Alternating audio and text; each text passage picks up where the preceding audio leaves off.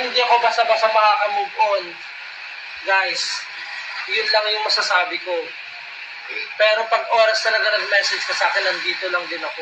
Pero hindi kita, tawag din, hindi kita ipo-pursue na gumawa sa akin or ano sa akin.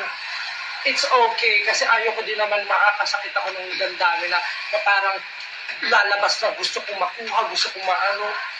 No, hindi ako ganun tao. Last message lo kay Annalyn. Last message kay Annalyn.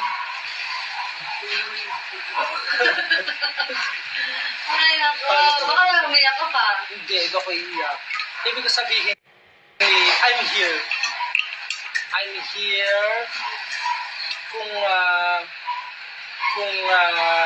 kakailanganin mo ko, kahit lumipas ang maraming taon, andito pa rin ako para sa'yo. Diba? Yun lang para sa akin. Hindi para gamitin ka, para ma-screen record ng iba, ma-post, ganyan. Pero nandito ako para sa'yo. Nandito lang ako para sa'yo.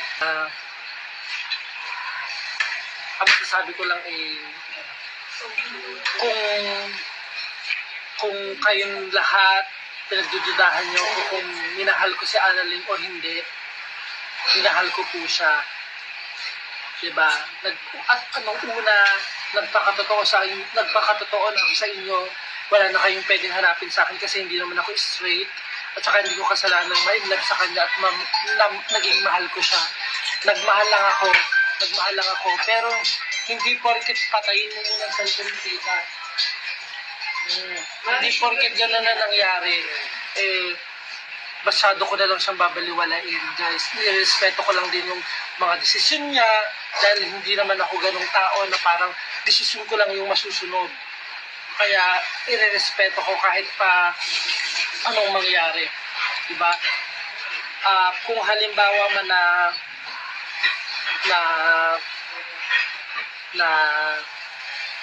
kailanganin mo ko sa mga susunod, nandito lang ako. Pero hindi ko para i-push na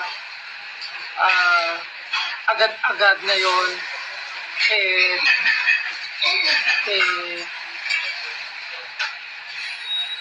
kinabukasan agad okay na, diba? Pero I'm here. Kaya pasensya na kung akala mo kasi mali marami. O, din doon.